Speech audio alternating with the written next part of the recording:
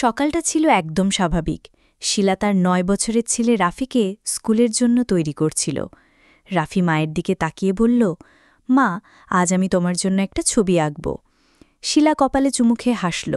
তাড়াতাড়ি ফিরে এসো, তোমার ছবি দেখার অপেক্ষায় থাকব। রাফি হাসি মুখে মাইলস্টোন স্কুলে ঢুকে গেল। কে জানত এই সকালটাই তার জীবনের শেষ স্বাভাবিক সকাল।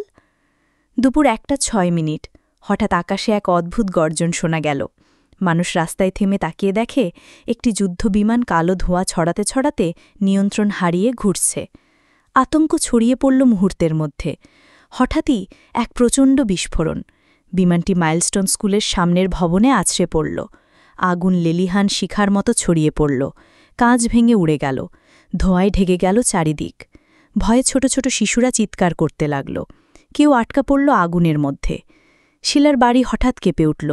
প্রতিবেশীরা চিৎকার করে বলল, স্কুলে আগুন, বিস্ফোরণ হয়েছে।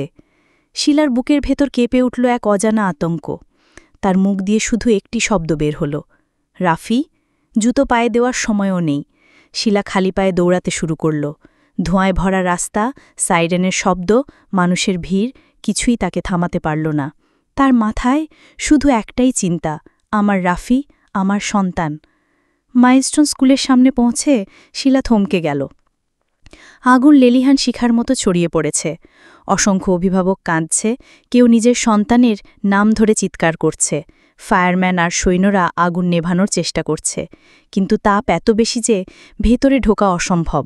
শিলা ছুটে গিয়ে চিৎকার করল, রাফি, রাফি। ভেতরে ঢোকার চেষ্টা করলে এক সৈন্য তাকে থামিয়ে বলল, আপু, ভেতরে যাওয়া অসম্ভব, আগুন খুব বেশি। শিলা মাটিতে বসে বুক ফাটা কান্নায় ভেঙে পড়ল। তার আর্তনাদ চারপাশের মানুষের চোখে পানি এনে দিল। খবরটি মুহূর্তে ছড়িয়ে পড়ল। পুরো জাতি থমকে গেল। টিভি পর্দায় জ্বলন্ত স্কুল আর আহত শিশুদের রক্তমাখা পোশাকের ছবি দেখা গেল। হাসপাতাল ভর্তি কান্নার শব্দ, রক্তাক্ত ছোট হাত, অসহায় অভিভাবক।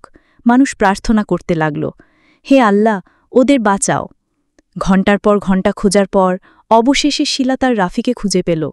তার ছোট্ট হাতে ধরা ছিল একটি অসমাপ্ত ছবি, এক হাসিমুখ সূর্য, আর তাতে লেখা, আই লাভ ইউ মা।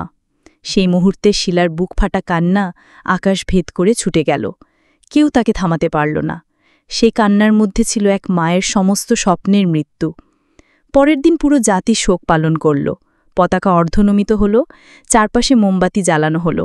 সবাই বলল, ২১ জুলাই আমরা সবাই একটা সন্তান হারিয়েছি। ছেলের কবরের সামনে দাঁড়িয়ে শিলা ফিসফিস করে বলল, তোমার মতো আর কোনো মাকে যেন কাঁদতে না হয়।